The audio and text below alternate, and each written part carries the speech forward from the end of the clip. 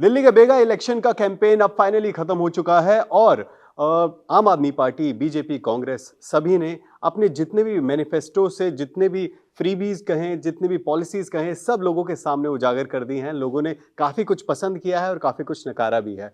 हम मेरे साथ में बैठे हैं नरेश कोश्यारी, जो कि आपके लिए india.com के थ्रू बहुत सारी न्यूज लेके आते हैं, दिल्ली इलेक्शन को बहुत अच्छे से डिटेल में कवर करते हैं। अरुण चौबे जी मेरे साथ हैं, जो कि दिल्ली इलेक्शन पे ही इन्होंने काफ़ी अच्छी कवरेज करी है और काफ़ी अच्छा लोगों तक पहुंचकर इन्होंने बातें पहुंचाई हैं आपके थ्रू, india.com के थ्रू आप तक। आज हम बात करेंगे दिल्ली इलेक्शन को समराइज करने के ऊपर, क्या ओपिनियंस हैं, आप लोगों ने जो ऑब्जर्व किया, लोगों का क्या जो अब रुझान है या फिर लोगों को क्या समझ आ रहा है ऑन ग्राउंड, आप लोगों ने क्या देखा। बात शुरू करते हैं अरुण जी से। अरुण जी, अभी आपके हिसाब से आम आदमी पार्टी, अरविंद केजरीवाल, एक आप पॉजिटिव नैरेटिव या फिर नेगेटिव नैरेटिव कहीं आप देखेंगे तो कहाँ लाए करती है उस ग्राफ पे? देखिए, आम आदमी पार्टी जो है लगातार 12 साल तकरीबन आप कह सकते हैं 3 टेन्योर में, जी। पहली बार 2 साल के लिए तकरीबन और उसके बाद 2 कंप्लीट टेन्योर के बाद में तीसरी बार यानी चौथी बार जो है आने की कोशिश कर रही है। और उस कोशिश में उन लोगों ने कोई कसर नहीं छोड़ी है। थोड़ा डेस्परेशन भी दिख रहा है, क्योंकि जिस तरह से उन्होंने ज़्यादातर जगहों पे वो कांग्रेस के खिलाफ नहीं बोल रहे हैं, लेकिन वो बीजेपी के खिलाफ डर पैदा करने की कोशिश कर रहे हैं आम मतदाताओं में कि साहब आप बीजेपी को वोट मत दीजिए। इसका सीधा मतलब है कि आप हमें वोट दीजिए, कांग्रेस से उनको बहुत फ़र्क नहीं पड़ता है। तो उनको पता है कि कांग्रेस कुछ सीट जीतेगी, क्योंकि कांग्रेस पिछले 2 इलेक्शंस में ज़ीरो पे सिमट के रह गई है। तो उनको लगता है कि कांग्रेस 2-4 सीट जीत भी लेगी तो उससे फ़र्क नहीं पड़ेगा। बीजेपी की तरफ वो जो वोट हैं वो नहीं जाने चाहिए। तो उसमें ज़बरदस्त उनका डेस्परेशन दिखता है इस बात को आगे बढ़ाने के लिए। जी। नरेश जी, अगर आपसे पूछा जाए कि बीजेपी का जो ये कैंपेन था, ओवरऑल आपकी नजरों में कैसा रहा? बिल्कुल, चुनाव की घोषणा के बाद से ये चुनाव जो है, ये जो शुरुआत में आपको नज़र आ रहा था, वो अंतिम होते-होते जब वोटिंग की तारीख कल है, तो वोटिंग की तारीख आने तक ये चुनाव बिल्कुल ही बदल गया। शुरुआत में हम लोग देख रहे थे केजरीवाल एक के बाद एक लगातार घोषणाएँ कर रहे थे, हर दिन कुछ नया ला रहे थे, हर दिन जनता को कुछ नई सौगातें दे रहे थे। तो बीजेपी बहुत शांत बैठी थी, वो अपनी रणनीति बना रहे थे। उसने पहले शुरुआत में कुछ नहीं किया, वो बहुत शांत तरीके से, यहाँ तक कि बीजेपी ने अपने उम्मीदवार भी उतारे, तो उन्होंने 3 चरणों में अलग-अलग उन्होंने 3 लिस्टें निकाली और अलग-अलग तरीके से उन्होंने जैसे-जैसे केजरीवाल चल रहे थे, उनको काउंटर अटैक करने के लिए बीजेपी प्लानिंग कर रही थी।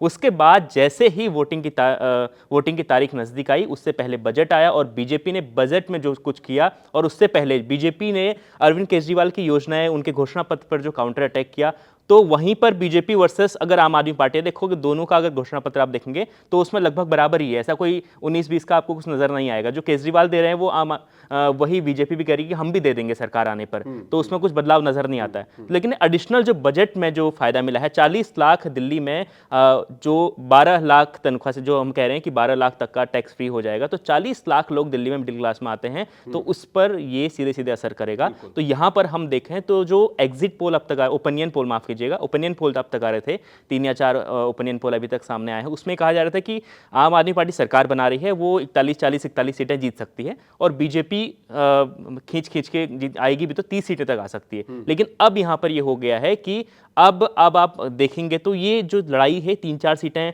केजरीवाल की, आप 2-3 सीटें कम कर लीजिए, बीजेपी की प्लस कर लीजिए, इस तरीके का माहौल बन रहा है आज। चलिए, बजट पे हम आएंगे, बजट के बारे में हम बात करेंगे। उसके बाद कुछ समीकरण चेंज हुआ है और बहुत सारे आम आदमी पार्टी के ऐसे नेता भी हैं जो बीजेपी की तरफ गए हैं और बहुत सारी हॉर्स ट्रेडिंग टाइप की भी अब शुरू हो गई, क्योंकि आमतौर पर रिसेंट इलेक्शंस में भी हमने देखा है कि इलेक्शन होने के बाद भी सरकार बनने में जो टाइम लगता है, जो समय लगता है, वो भी हम लोग नोटिस करेंगे। लेकिन अभी पहले अरुण जी, वोट शेयर के बारे में हम थोड़ा सा डिस्कशन करना चाहते हैं। जैसे कि मिडिल क्लास के बारे में नरेश जी बता रहे थे कि बजट के बाद उनका जो रुझान है, अभी उनका जो अट्रैक्शन है, वो केजरीवाल की तरफ ज्यादा था पहले, लेकिन बजट के बाद बीजेपी को कुछ सपोर्ट मिडिल क्लास की तरफ से जा सकता है।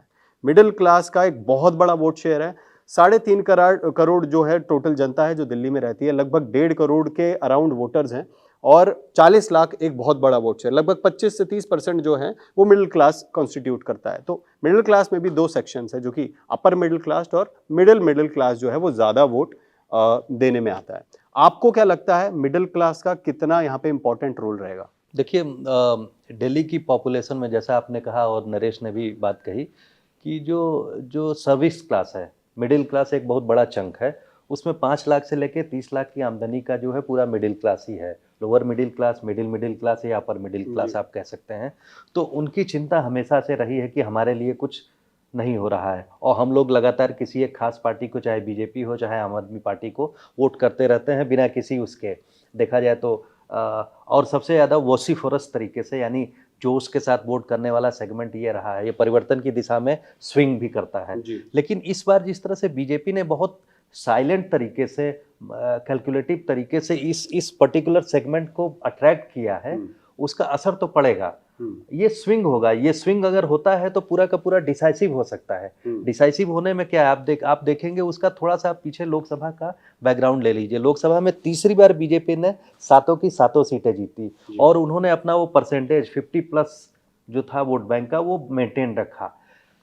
पिछले 2 इलेक्शन में आपने देखा होगा कि ये थोड़ा सा जस्ट ऑपोजिट हो जाता था। असेंबली इलेक्शन में वो सिमट के फिर 30% पे आ जाता था, और आम आदमी पार्टी जो है वो 50+ जो असेंबली में ले आती थी।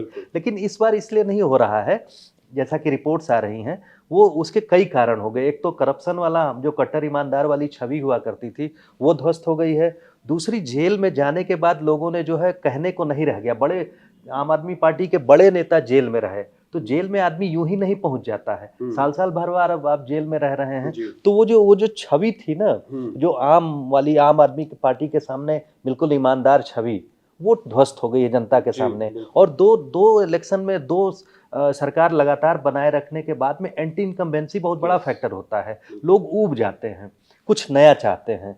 और बहुत साइलेंट तरीके से केजरीवाल ने जो वोट बैंक बनाया था, उसमें वो जातिगत वोट बैंक नहीं था, क्योंकि केजरीवाल बनिया क्लास से आते हैं, उनके पास कोई डेडिकेटेड वोट बैंक नहीं था। लेकिन उन्होंने क्लास वाइज जो है सबको एक साथ कर लिया था।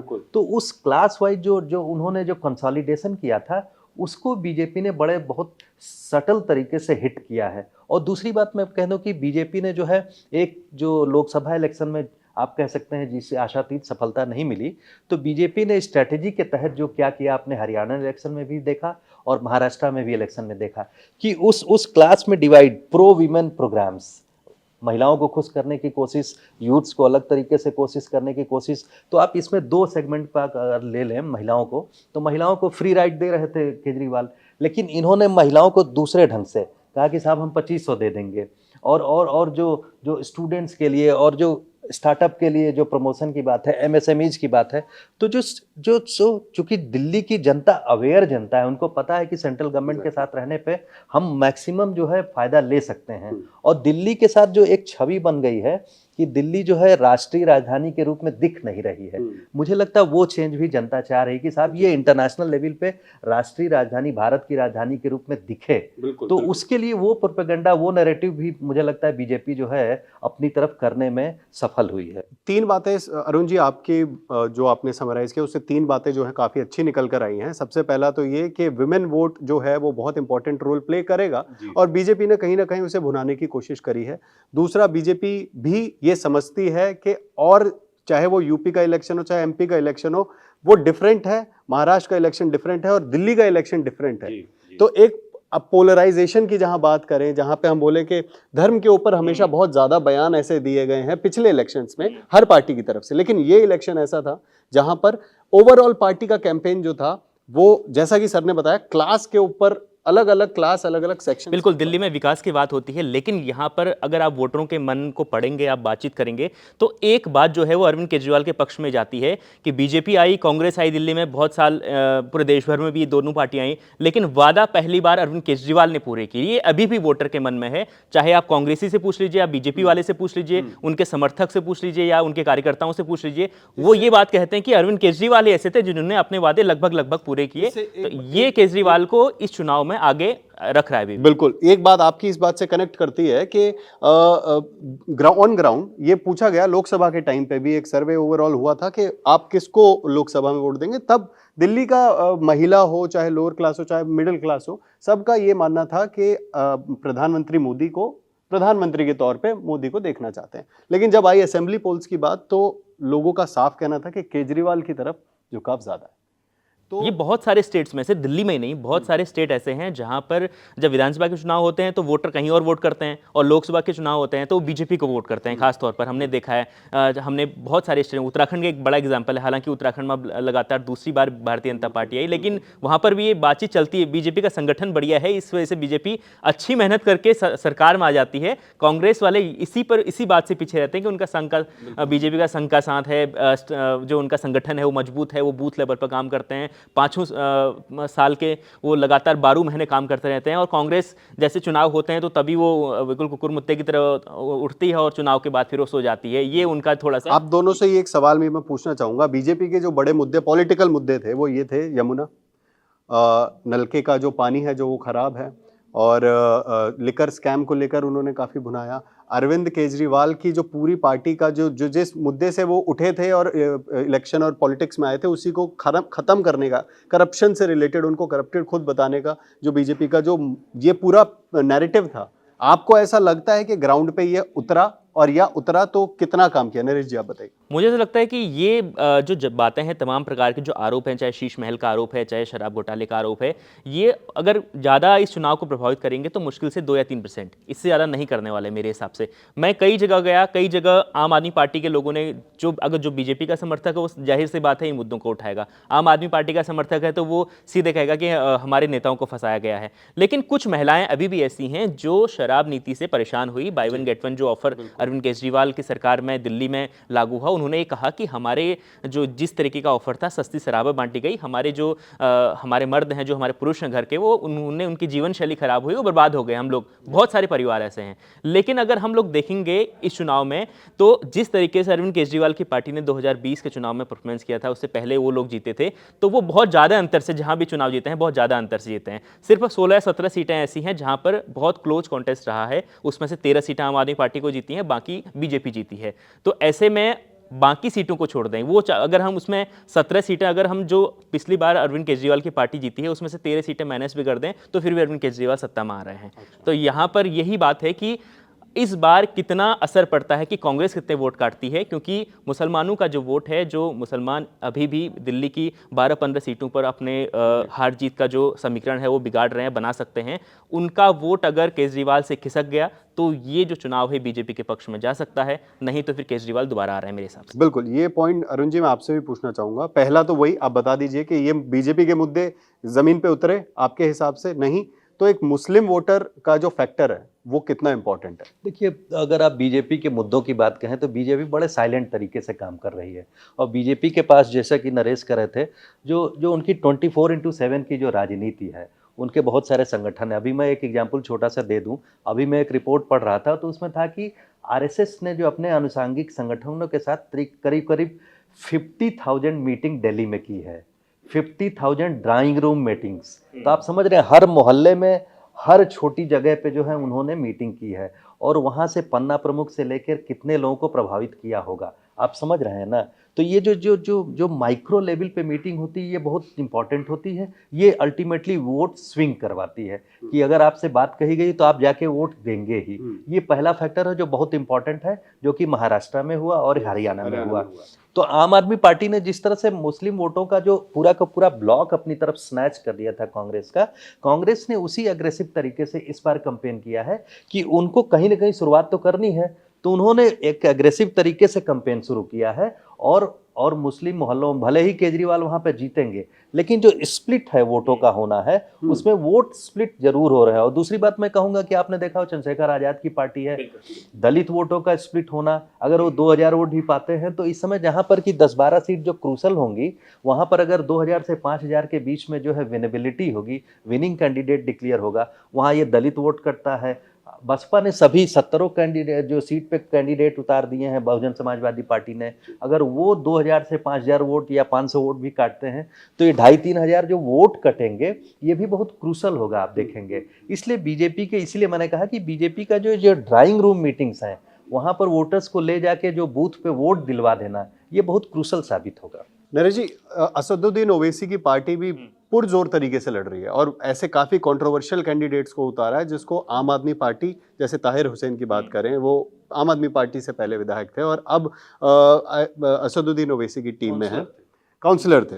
तो अब बात ये है कि आम आदमी पार्टी कह रही है कि ये असदुद्दीन बीजेपी की बी टीम है, जो कि हमेशा से ही इनके ऊपर ऐसा आरोप लगता आता है। आपको क्या लगता है कि ये कितना नुकसान पहुंचाएगा आम आदमी पार्टी को? देखिए, 2 सीटों पर ओखला और मुस्तफाबाद सीट पर जो ओवैसी के कैंडिडेट हैं वो सीधे-सीधे आम आदमी पार्टी के वोटर्स को इफेक्ट करेंगे।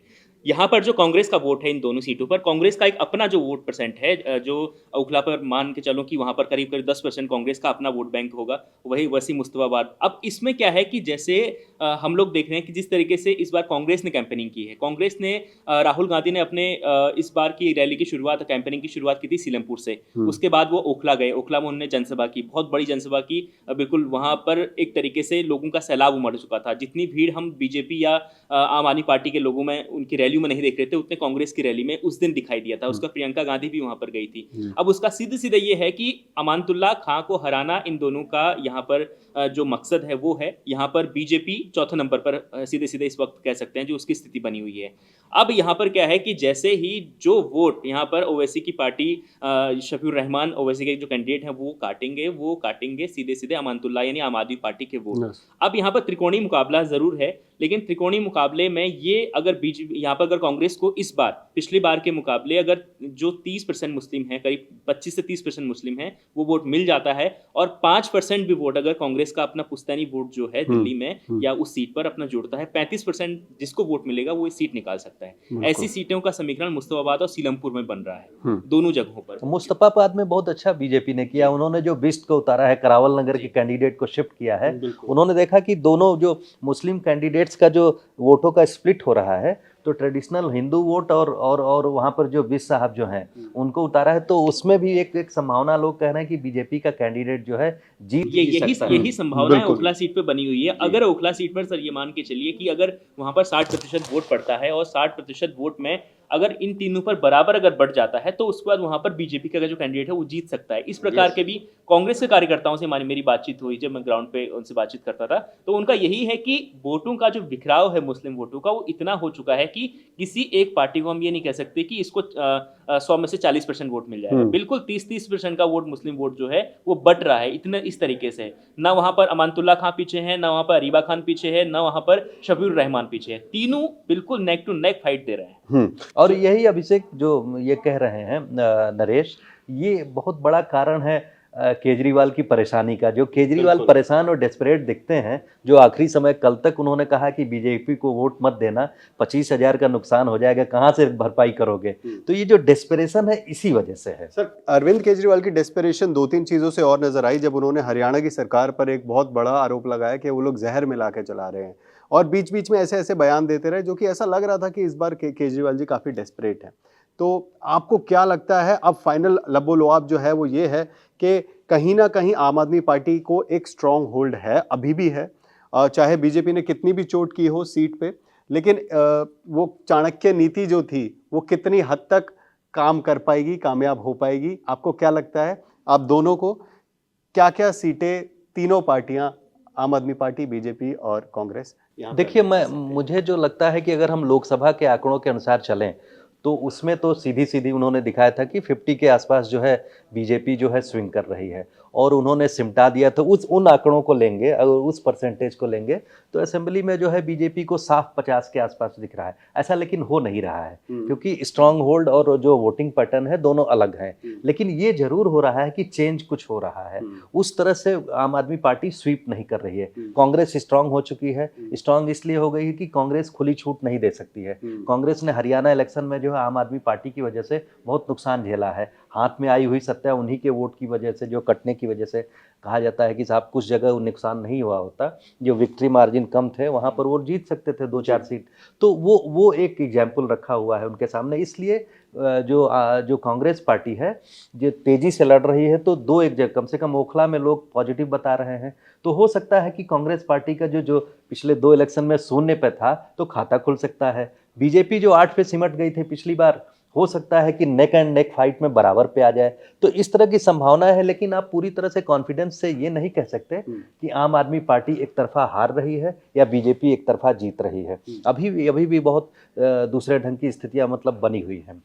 नरेश जी, आप बिल्कुल, इसी में मैं एक चीज़ आपको बताना चाहूँगा सर कि इस वक्त जब मुस्लिम वोटरों की बात आ रही है कि ये लगभग तय हो चुका है कि दिल्ली की जो सत्ता है, दिल्ली का जो चुनाव है, वो मुस्लिम वोटर तय करने वाले हैं। दिल्ली का भविष्य क्या होगा वो उनके हाथों में है। तो उनके मन में दो असमंजस हैं कि वोट कांग्रेस को कर रहे हैं या फिर हम आम आदमी पार्टी को कर रहे हैं। उनके दिमाग में एक ही चीज़ है कि अगर कांग्रेस को वोट करते हैं तो कांग्रेस मजबूत होगी और देशव्यापी तरीके से बीजेपी से लड़ाई लड़ेगी, हमारे हकों की लड़ाई लड़ सकती है। इस प्रकार का नैरेटिव सेट करने की कोशिश हुई है ग्राउंड पे। और दूसरा एक वो है जो अरविंद केजरीवाल कह रहे हैं कि हम दिल्ली में बीजेपी से लड़ रहे हैं, हम जीतेंगे, हम जीत सकते हैं, हम सरकार बना सकते हैं, इसलिए हमें वोट दीजिए। तो ये दो चीजें हैं। अब हम अगर पिछले चुनाव और इस चुनाव को देखें तो पिछले चुनाव में जो सीटों पर आम आदमी पार्टी के कैंडिडेट जीते हैं, मुस्लिम बाहुल्य सीटें हो या अन्य सीटें हो, वहां पर जो भी वो चुनाव वो जीते हैं 12-15 सीटों को छोड़ के बाकियों में उनका मार्जिन इतना है कि अगर उनके 2-4%, 5% वोट कट भी जाते हैं, कांग्रेस ले भी जाती है, तो उनको ज्यादा असर नहीं पड़ने वाला है। अगर टोटल समीकरण बैठाए तो यहाँ पर आम आदमी पार्टी को 40 सीटों के करीब मिल सकता है, उतना कुछ नहीं। अब बीजेपी ने हो सकता है कि आखिरी वक्त में जिस तरीके से उनकी रणनीति होती है, संघ के साथ वो काम करते हैं, उन्होंने कुछ ऐसा किया हो ग्राउंड में कि इतनी मेहनत की हो, बिल्कुल बूथ अपने जो वोटर हैं उनको घर घर से उठाकर वो वोट डालने कल ले जाएं, इस तरीके से जिस तरह करती है कि एक वोटर को नहीं छोड़ती है। अगर उस तरीके का बीजेपी कुछ करती है तो हो सकता है फिर उसके बाद ये आंकड़े कुछ बदले हुए नजर आए। लेकिन अभी तक जो नजर आ रहा है, जो लोगों के दिमाग में है, जो वोटर के दिमाग में है, मुस्लिम वोटर के दिमाग में है, वो पूरी तरह से ना वो आम आदमी पार्टी के साथ है, ना वो पूरी तरह से कांग्रेस में गए हैं, ना वो ओवैसी के कैंडिडेट के पास हैं। और जो मार्जिन का अगर हम कैलकुलेशन करें तो आम आदमी पार्टी अभी भी सरकार बना सकती है, वो आ सकती है। पर आप लोगों को काफी कुछ समझ आ गया होगा दिल्ली इलेक्शन का अभी कहां किस कगार पे खड़ा है और क्या क्या जो मुद्दे हैं, जो सिचुएशंस हैं वो कैसी हैं। हर पार्टी के जो भी मैनिफेस्टोज थे उन पे हम लोगों ने अपने डिस्कशन और ऑन ग्राउंड डिस्कशन जो माहौल है वो आप लोगों को बताया। आप लोगों के कुछ कमेंट्स हैं, आप लोग कुछ सोचते हैं, आप लोगों के कुछ सवाल हैं, तो आप हमें कमेंट्स में डाल सकते हैं, बता सकते हैं। और India.com को देखते रहिए ढेर सारी खबरों के लिए।